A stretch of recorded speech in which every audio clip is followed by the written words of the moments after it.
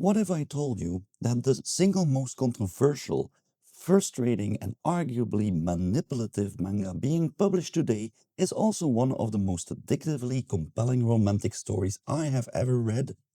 That contradiction is the heart of Rent a Girlfriend, or Kanojo Okarishimasu.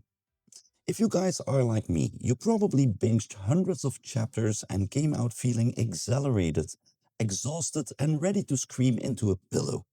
This series is an emotional marathon built on a lie, and today I'm breaking down exactly why it hooks you so deep, why it pisses everyone off, and whether you should finally dive into this monster of a series.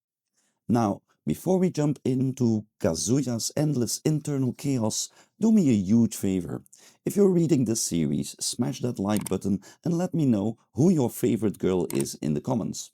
Don't forget to subscribe, you don't want to miss my next video because I promise the pacing will be much faster than the Paradise arc. Setting the stage. When the manga starts, we meet Kazuya Kinoshita, a college student who has just been dumped by his first girlfriend, Mami Nanami. Drowning in insecurity and heartbreak, he turns to a modern solution, hiring a rental girlfriend using an app.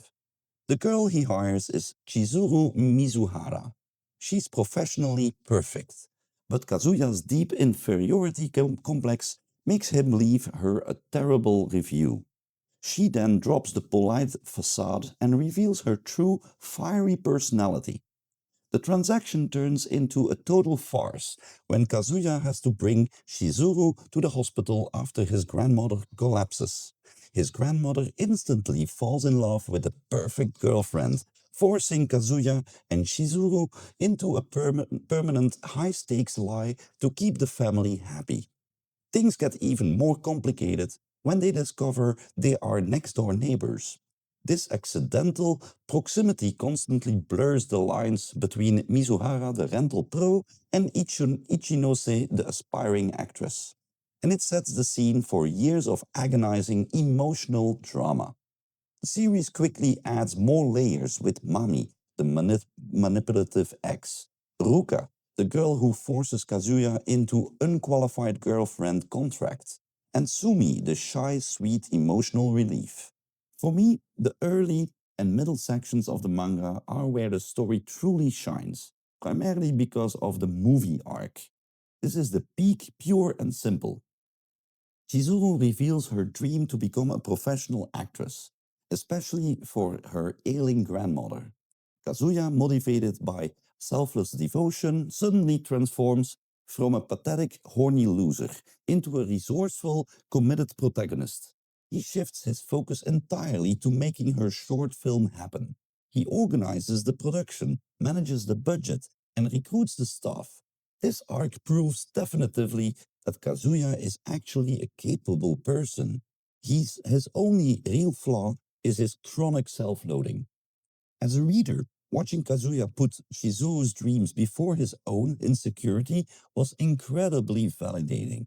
His unwavering support forces Shizuru's high emotional walls to crumble. She begins to realize that her feelings for him are genuine and that he is a reliable partner.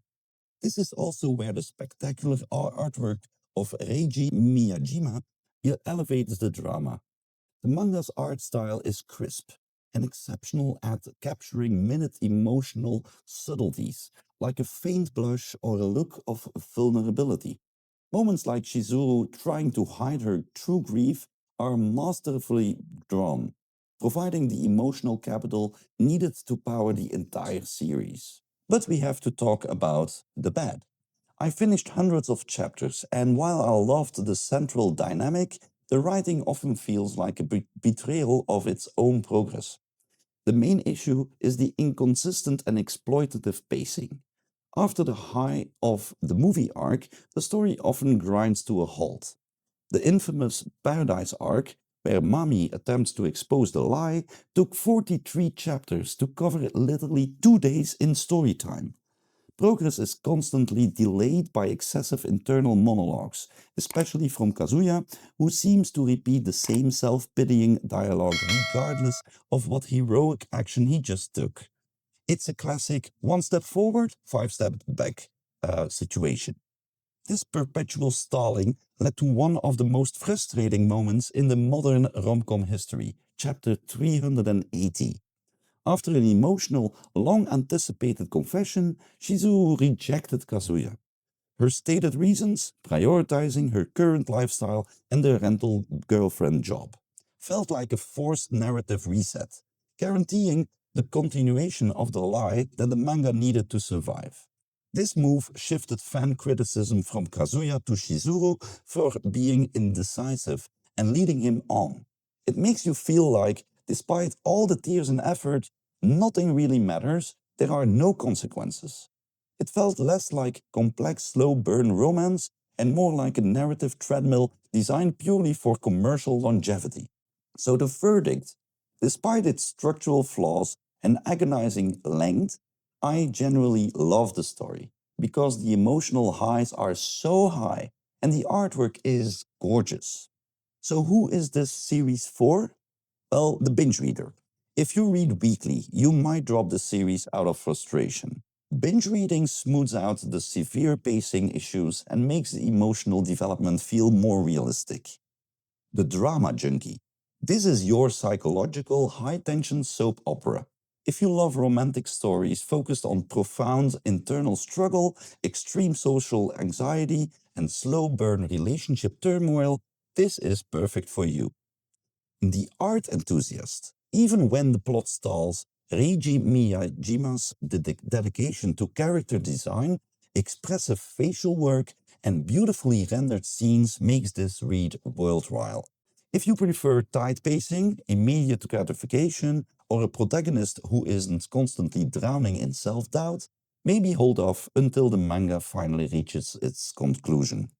If you have the patience, the time, and a high tolerance for manufactured tension, Rent a Girlfriend offers a unique, compelling, and ultimately unforgettable, if frustrating, journey. Let me know your thoughts down below. Did chapter 380 make you drop the series, or are you still riding the wave? Catch you in the next one.